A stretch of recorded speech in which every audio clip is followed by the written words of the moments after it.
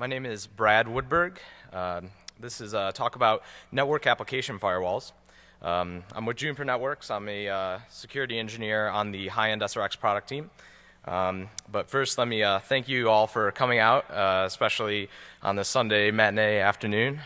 Sorry if I have a little bit of a Vegas accent because it's been a long con, but it's been awesome. So once again, thank you very much for coming. So what we're going to talk a little bit about here is we're going to start with what exactly network application firewalls are. We're going to go into some description of basically what they can and can't do, vulnerabilities, and kind of deploying them right. One thing that I've noticed when it comes to network application firewalls, many vendors have them now. It's really something that's kind of really picking up steam. A lot of products are integrating it, but very few, if really, I haven't heard really any explanation from the different documentation, marketing literature, whatever, of what these actually do, how they function more importantly, and what potential vulnerabilities they have. And I think that that makes a really big difference and is very important to understand what the limitations are, and that really hasn't been discussed. So basically, kind of the key issues that you can think about when we're going through the talk is basically that these new network application firewalls, they're not going to change anything in terms of the need for traditional layer 3, layer 4 stateful firewalls and IPS. Basically, there's limitations both in the technology and also there's certain vendor-specific implementation limitations that they could have. So if you're doing if you're looking at deploying this technology, it's definitely something that you want to check out.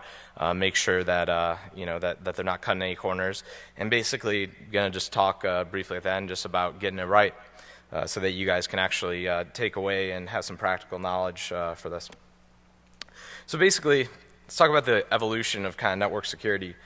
First, we had stateless packet filters, known as ACLs, or access lists. These were kind of some of the first generation of kind of access control on networks when it came to the actual network layer. They were traditionally implemented at routers, and also they could be done on switches as well. But they were quite limited. I mean, they could function very fast. They could be done in hardware. But they were quite limited. They didn't have any other knowledge. They didn't take the bigger picture of a connection into mind when it came to the actual packet processing. It was just, does this individual packet match these characteristics, and do I permit or deny it? So that had a lot of limitations, especially in the early days when there was many vulnerabilities being discovered in the actual TCP/IP network stacks. So then we got stateful firewall, and that tried to assist to first off fully categorize a connection into in a flow or a session. That also gave us more capabilities when it came to network address translation as well. And it also took into account the statefulness of the actual layer 4 protocol. So like TCP, you couldn't just spoof flags and pass those through. You actually had to have a full connection. It was set up and it was torn down.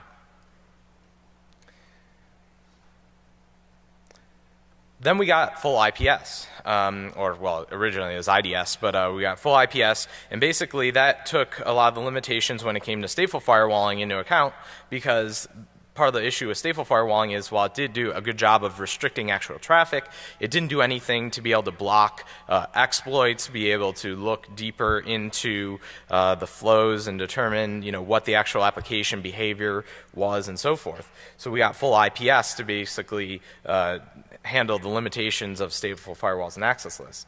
And now we have application firewalls, and you'll see, and this will be part of the talk, they cover a lot less than what what full IPS did, but we'll see a little bit more of that. So really, what's new here? What kind of differentiates this network application technology? And again, don't think that it's not necessarily that it's a separate box. A lot of it is just integrated into some of the current generations of firewall products. But what's new? First off, we have something called App ID. Now, actually, App ID isn't new at all, but the application of it into a firewall is slightly new. And basically, what it's going to do is it's going to actually look deeper into the actual connection itself. It's not just going to stop at the layer 3, layer 4 level of inspection. It's actually going to look a little bit further to determine what the actual application is itself. As I mentioned, App ID, its purpose is to detect applications, not exploits. And really, it's been around for quite a while. I mean, it's been used in traditional IPS products so that they could do port agnostic detection. So you could, have HTTP running over port, 493 or any port, and it would still be able to apply the detection. Basically, the protocol decoders and the parses could still be applied regardless of what port it was on. So, and this technology has been used for like URL filtering and network AV products as well. So it's not anything that's new, but it's something that's been extended and put into kind of a new application. So in terms of how App ID does pattern matching, there's different algorithms, and we're not going to go into those in much detail. A lot of it is really the same types of pattern matching techniques that have been used in traditional IPS products, and also, as I mentioned, different layer 7 service products like URL filtering and AV. Basically, what typically has to happen is first the firewall is going to permit or deny the traffic. There's some pre-processing, which we're going to go into in more detail, and then we actually do the pattern matching. There's different string matching algorithms like Boyer-Moore, Aho-Karasik, and Ribbon-Karp. There's DFA-based state machine matching, and then of course there's also hardware, which is being leveraged more and more to actually do the pattern matching. Now, there's one thing that I wanted to call out when it comes to the actual application matching is kind of an interesting new topic, which is nested application detection. Because if you think about it, nowadays, HTTP is almost like the new TCP in a way.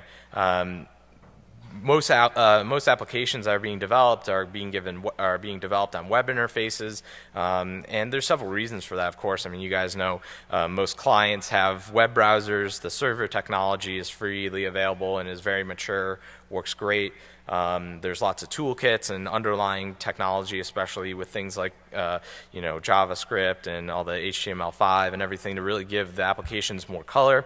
So they've been developing more and more applications on top of HTTP, and HTTP is just an example of what a nested application could be. So if we just stopped at the real application level at layer 7, and we said this is HTTP, we wouldn't know what the actual, we'd be pretty limited, because obviously there's different applications like YouTube or Pandora that folks might not want versus Outlook or Google Docs or something like that. So keep in mind that there's also the concept of taking it to another level with nested applications.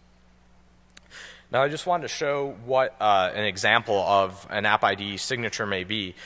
Basically, these are pretty similar to IPS signatures, as I mentioned. We have both a layer 7 application and also a nested application. So looking on the left side, basically we're looking for a DFA pattern, and we're doing so in both directions in this specific implementation. That's really actually quite important, as you'll see later. If you only look in one direction, which I've seen vendors do, different implementations do, typically for performance, there's a good chance that you could be pretty easily evaded, and I'll go into some more details on what that could look like. So basically, we're looking for specific patterns in the client-to-server direction and the server-to-client direction. In the case of the layer 7 match, basically, we've already identified what the parent application, in most cases it's HTTP, it could be other applications as well. And then we're looking for more information once we've actually identified the parent protocol. So in this case, we're looking for Facebook. We're checking the header host information and the URL in this case to be able to identify that this is Facebook running on top of HTTP rather than something else. Now, what's really critical to understand, in addition to just the underlying technology itself, is that App ID is being used to feed a lot of different technologies that are being integrated into these firewalls. So, for instance, the information that's gleaned from App ID can be used for application firewalling, which is kind of the core thing here, whether we permit or deny the applications. It can be leveraged by the IPS engine for, if it's, for detecting what applications running, so it knows what type of inspection to do, antivirus, URL filtering, different applications, QoS. There's a lot of things that are relying on the information being gleaned from the App ID engine to be able to make effective decisions. And because of that, that also means that if you can potentially trick the App ID engine, then you can potentially bypass these other layer 7 services as well. One relatively new technique is called application caching, and we'll talk a little bit more about some of the limitations of it. Basically, doing App ID is expensive, or at least it's a lot more expensive than doing just your traditional layer 3, layer 4 forwarding, stateful firewall. Not as expensive as IPS, but typically, you still are going to have to do a lot of pre-processing, and then you have to do the pattern matching. And in the case of good applications, what's going to happen is typically if you go to a web server on TCP port 80, it shouldn't be changing applications at any time. It should be HTTP every time. That really shouldn't be changing. So sometimes application caching is turned on. It's not that it's a bad thing, but it's an important thing to understand the limitations, because basically if you're doing application caching, it's something that a malicious attacker could potentially leverage. And when I was writing the presentation, I was watching Alien, so I was really hyped up, so I put some Aliens quotes in there.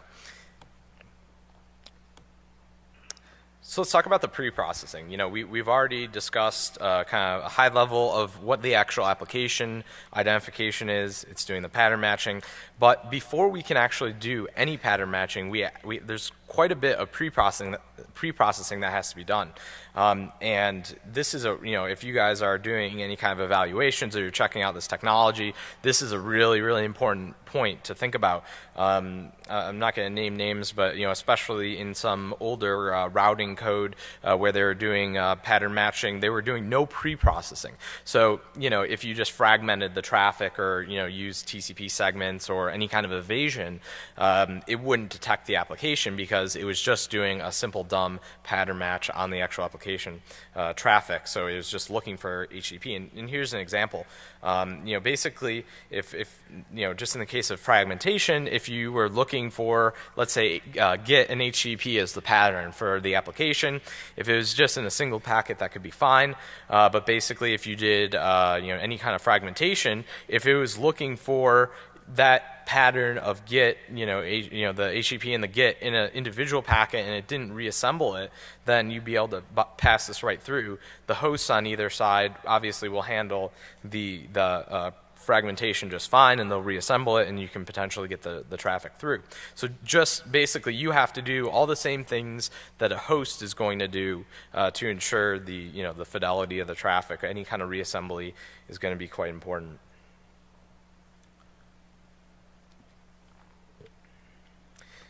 Ordering is actually going to be another thing as well, because kind of for the same issues with the case of fragmentation. Naturally, packets can get out of order. That's well known, and also an attacker could try to use this to their benefit as well. So if you don't match the packets in order and you don't reassemble, then you can potentially get stuff by as well. So again, this is kind of why doing the actual app ID is more expensive than doing just simple firewalling, because there's a lot more that has to go in it, more memory required to hold on to the packets and the stream for the entire window, etc. And of course, doing the proper reassembly is also critical. all the same evasions that we've seen for IPSs with TCP segment overlaps and underlaps and fragmentation. It all it all has to do with the same stuff. So when it comes to application firewalling, so in this example here, if you were to send two segment threes, and one was HTTP, one was SIP, how is the app ID engine going to know which one? If you want to to allow HTTP but deny everything else, potentially you could get SIP through by also just kind of piggybacking that packet at the same time if the pre-processing wasn't being done properly. And of course, our friend the Ghostbusters, they got it right too. Can't cross the stream, so. So what we're going to actually do is we're going to dig into some examples now and look at this in kind of the practical, real-world application. So one thing that I didn't really emphasize yet, but that's really important well, I guess I subtly implied it, but is really important, is unlike firewalls, which know exactly what decision to make on that very first packet, right? They know if it's going to be denied or permitted.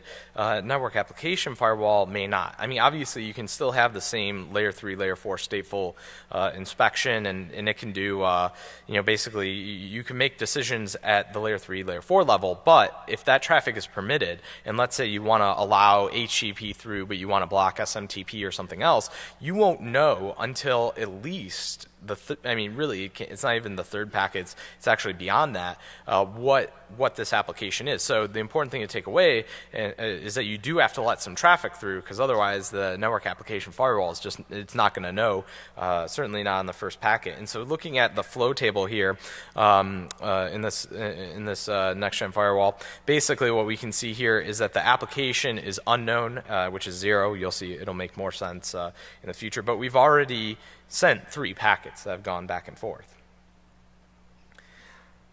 Then, of course, once we send the actual application traffic, then that's when we can identify what this application is. In this case, it's just web browsing.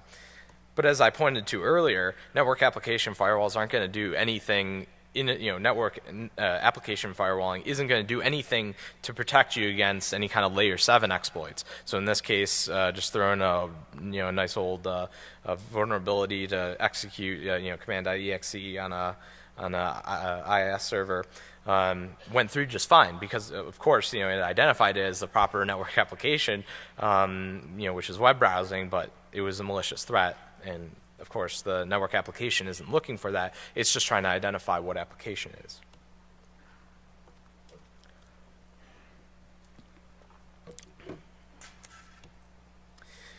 So let's kind of go into a little bit more detail here and discuss some of the specific threats, some things that I've tested.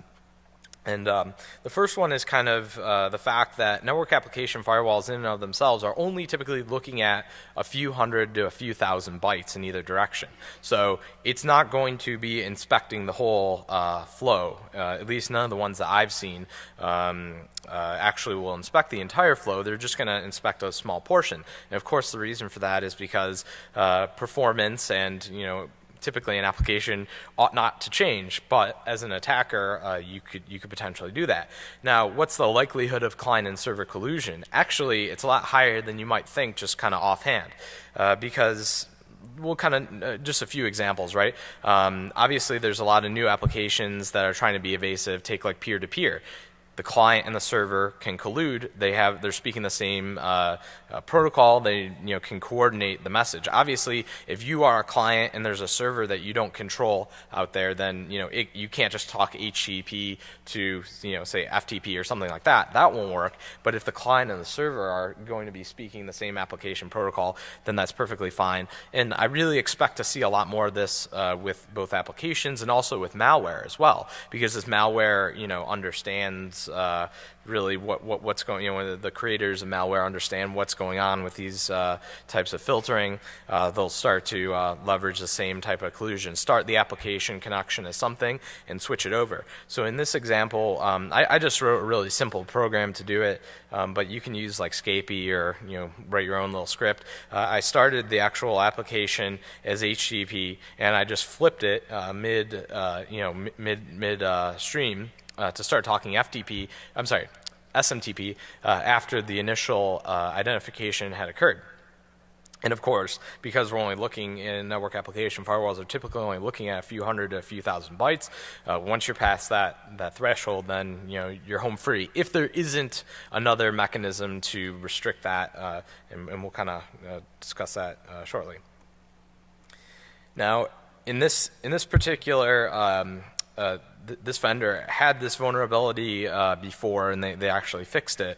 But basically, they were only looking at the time at one direction of the traffic. So basically, and it was the client to the server. And that presents issues for a few different reasons. I mean, first off, accuracy issues, because, a lot of times you need to look at the server to client response to be able to make a good guess. I mean, FTP and SMTP actually look really, really similar, as it turns out.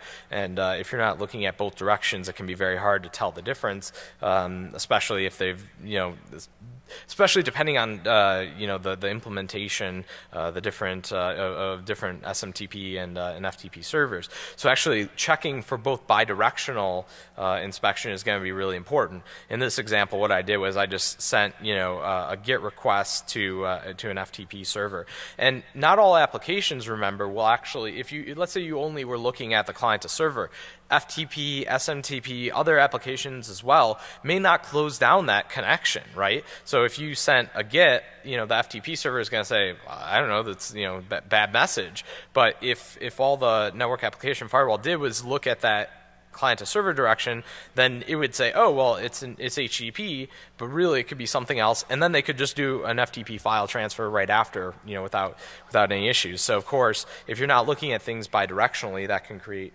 certainly create an issue for you. Also, what happens if you reverse the direction? Again, this is more of an evasion, right? But and not something that a normal application would do, but something that I did have some luck on some different network application firewall implementations, where basically I sent the same application, but I reversed the client to server and the server to client to kind of see, are they matching, are they looking in both directions, and more specifically, not only are they looking in both directions, but are they specifically looking for the patterns that should be in the client to server direction, or are they just saying, hey, match any of these and look in both directions? Again, that's something that I saw, especially on some earlier routing code. It really didn't, they really weren't checking the directions properly. They were just looking in one direction or the other, but the patterns weren't differentiated. In some cases, certainly noticed some port-based detection being used. So basically, you could send the exact same pattern over a different port, and it would be, not detected. In this case, I sent DNS over, what port was it? Over port 80 or something, and versus port 53. It was the exact same traffic, but it was detected as being unknown. Now, this isn't necessarily a vulnerability, because in some cases, as I mentioned, this is done a little bit more for accuracy. Like DNS is probably an extreme example, because you really ought never to see it on any port besides 53 or 53. But it certainly is possible, and if you're evaluating or you're looking into this technology, making sure that it isn't just doing the inspection based upon the port can be very important, because what could potentially be happening is, yeah, they're looking for DNS on port 53, but that may be the only place that they're looking for it, and if you're allowing something else out, it could be an issue. And of course, one other thing to mention, in the case of DNS tunneling, something that our friend Dan Kaminsky has covered in great detail, as of others. Of course, that would just be detected as DNS in the case of simple network application firewall, because that's what it is. It wouldn't necessarily say, hey, there's like 10 gigs of traffic being transmitted over here. It might be something kind of weird. It's just going to be DNS, and it'll be perfectly happy with that. So I mentioned about application caching. And it's not that application caching is a bad thing at all. And depending on how you're deploying this, it could be perfectly legitimate. Like if you're deploying this in front of a data center that you control to accept inbound connections, typically if you're controlling the actual servers, then it shouldn't be a big deal.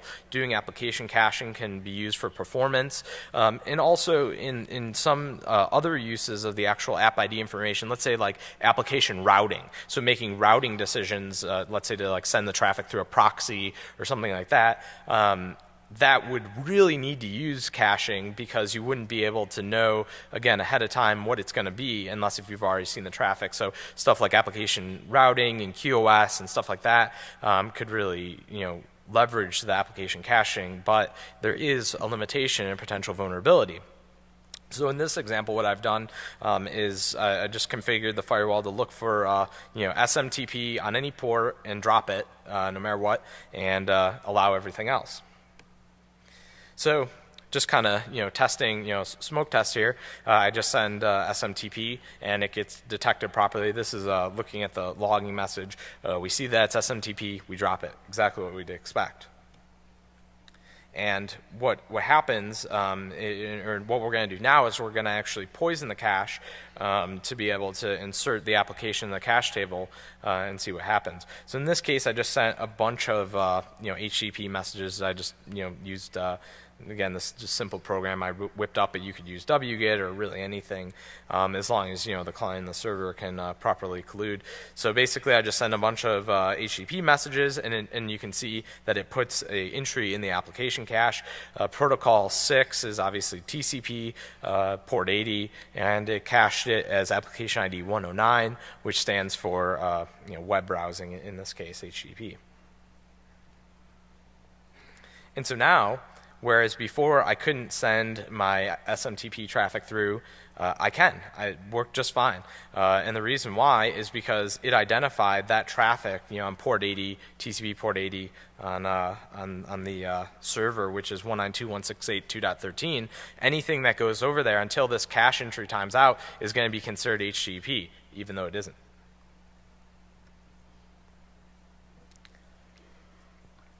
And we can see here now that we're getting cache hits every time that we, so the count is the threshold of how many they need to see before they actually put a entry in the app cache. The hits is how many that we're getting now, is which is saying, yes, this is a cache hit, it matches, but in reality we're sending SMTP, not HTTP. And that's exactly what the logs say, that this is all web browsing, when in fact it's not.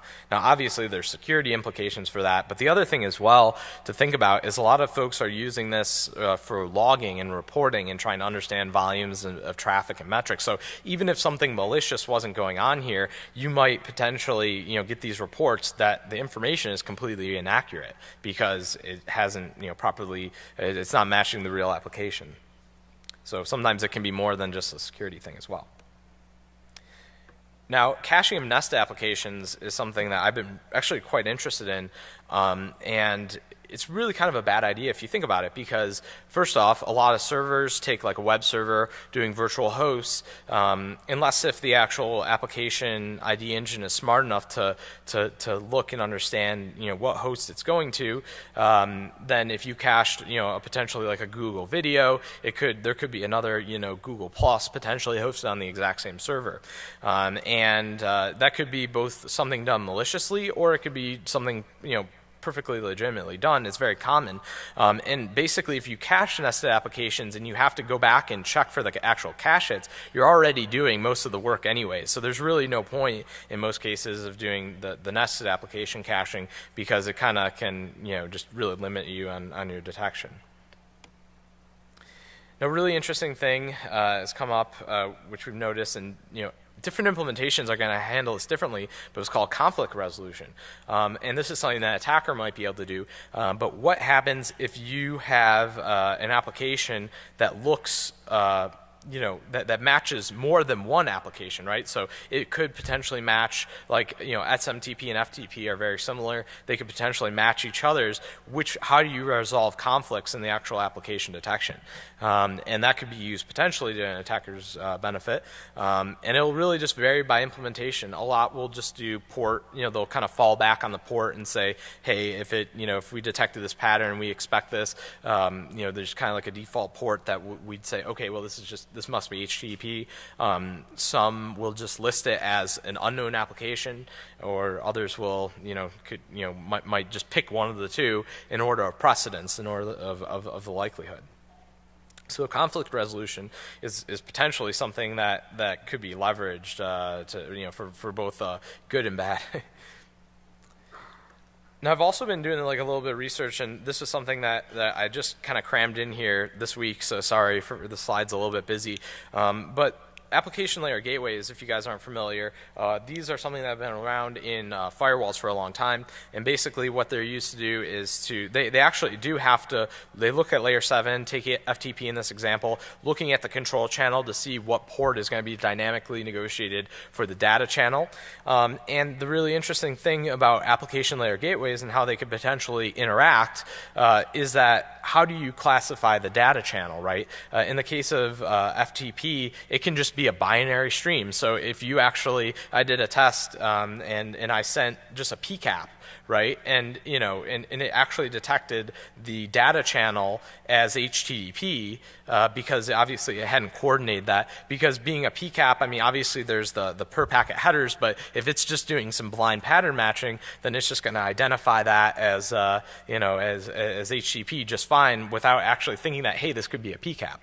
So application layer gateways, especially when it comes to the auxiliary channel, the data channel, can have interesting impacts on the actual flow of traffic and application identification. What I've noticed is some do a good job and they will actually have the intelligence to mark the session, the auxiliary session, as being part of the parent session, but some may not. It's kind of your mileage may vary. So if you're doing some sort of testing or something, you might want to look at that to kind of see. And like I said, the easy way to do that is really just to send a PCAP as the auxiliary traffic and see what happens if it picks it up as, say, HTTP or something else in the PCAP, or if it's actually smart enough to identify it by the application that it really is. So what do we do about applications that we don't know? And this is probably one of my favorite things when it came to checking out this vendor. Is what happens if you don't know an application, and this will happen all the time, right? And it's not just that you can always block unknown applications. It's kind of like protocol anomalies and IPS. A lot of applications are written very poor, so it could be just that it's not following the RFCs or the standards of the applications. Applications change all the time. You have new versions, and so it's not really uncommon. And also you may just not have an actual application signature or detection for that application, so it could be unknown. So what I did here was, and we're just kind of walk you through what I noticed this particular vendor was doing. And so basically I just sent some unknown traffic. Here's just looking, I haven't sent anything layer 7 yet. I just opened the session, TCP. And we can actually look at if I dug into the actual session ID itself, we can see that application is unknown, it's undecided, and layer 7 processing is still being done as far as it's concerned. Just send a few packets back and forth. So now I'm going to send I'm going to send just a bunch of garbage, and I think I showed it in the next slide, but just sending garbage through, right? So it's not going to know what this actual application is. And what I noticed was a very interesting thing. It marked it as unknown TCP, but I noticed that it said layer 7 processing was completed.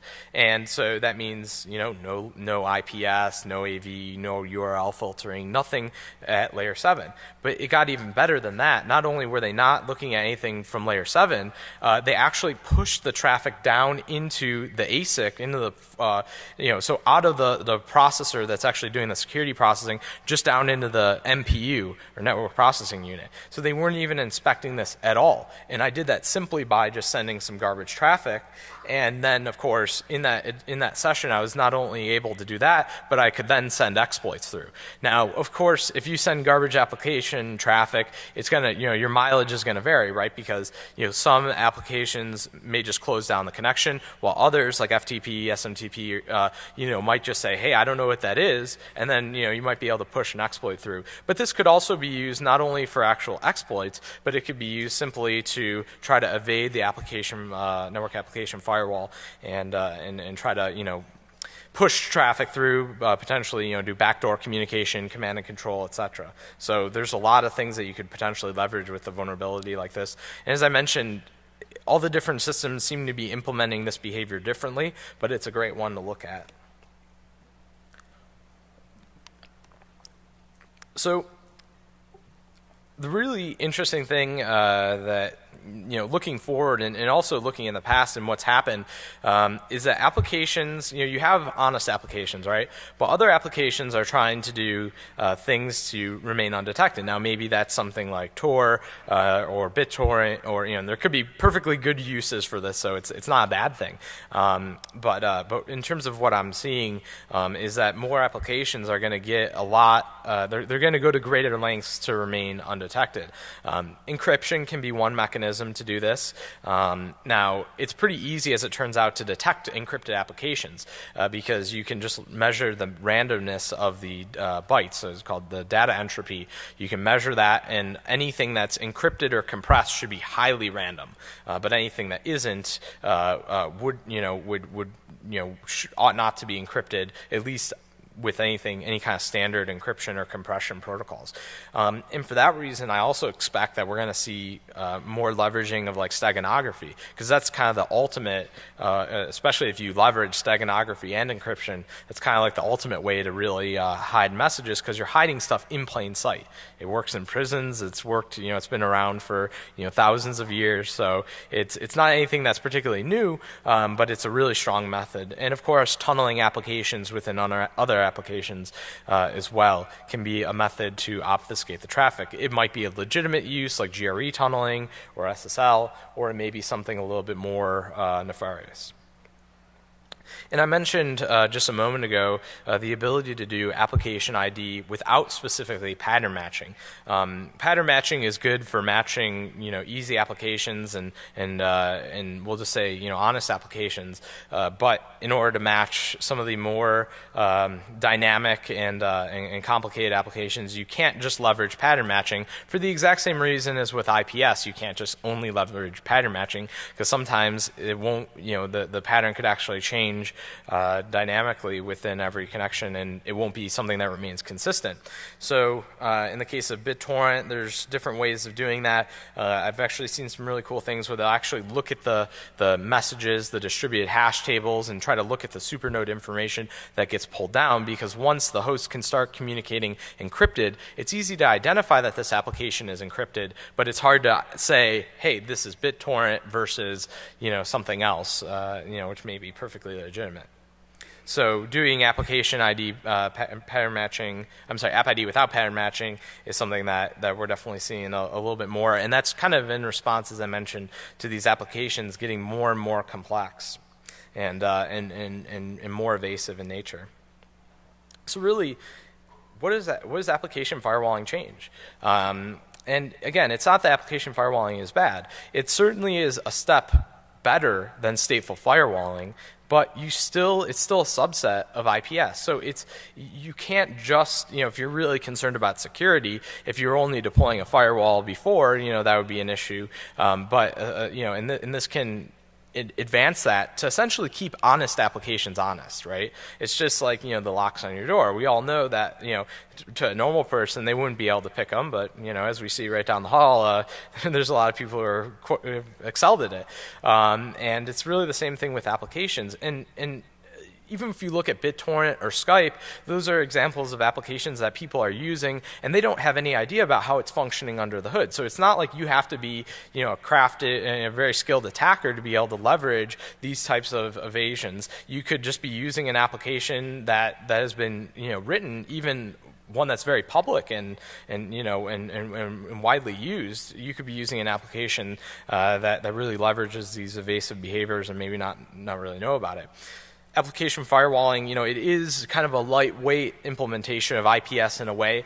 It's basically doing the application identification, but we're not doing any of the actual exploit detection. So you still need to use full IPS if you're going to deploy this and you care about not being hacked, or at least putting up more defense in depth and more controls to protect yourself. And really, a lot of the different network application firewalls, they're kind of, again, as I've noticed, they really vary in nature. It's kind of it's not a technology that has matured like, stateful firewalling or, antivirus is relatively mature. It still has limitations, but, it's something that folks have, spent a lot of time on. This is a relatively new technology, and the behaviors are kind of not very well defined. It's going to vary on implementation by implementation. I already covered this, but really, I expect more applications. They're going to be optimizing themselves. Like take Speedy for instance, and I know there's been a few talks on that here at Black Hat. Which is Google's new HTTP application. It can leverage both SSL and built-in compression and does things a lot more intelligently. I expect to see that applications are going to start leveraging steganography and other mechanisms to really make themselves more evasive, and that'll be really tough to block. I mean, if you think about it, we'll have to really start leveraging heuristics, especially if folks do a good job. And it's not only applications. I expect this to happen with malware as well. That with botnets, they're going to start phoning home, and they probably already do a lot of this to some degree. So really, what to take away, and what do you still need to do? Because again, just from the media marketing perspective, application firewalls have been really kind of marketed as kind of a panacea, and it's not that they're bad, but they still need to be used and they still need to complement, they need to be used in concert with a lot of the traditional technologies that you're already deploying. You can't just, you don't want to open up your firewall and just start blocking on application ports. You still want to do all the stateful firewalling. You still want to be deploying full IPS, and looking for those exploits, because the network application firewall in and of itself isn't going to do that. There's certain things that may or may not be turned on, and you have to look at your individual deployment, whether it makes sense to do things like caching, and really examining what the default behaviors and default settings are. And again, just kind of following a lot of the same best practices that you've already grown accustomed to. Don't let this this new technology kind of lower your guard because you think that it's going to be doing more than it's actually capable of doing. So that's really it. I'm going to be in the Track 1 QA room. And again, my name is Brad Woodberg. I really appreciate it. Thanks, everyone, for coming out. Defcon's been awesome.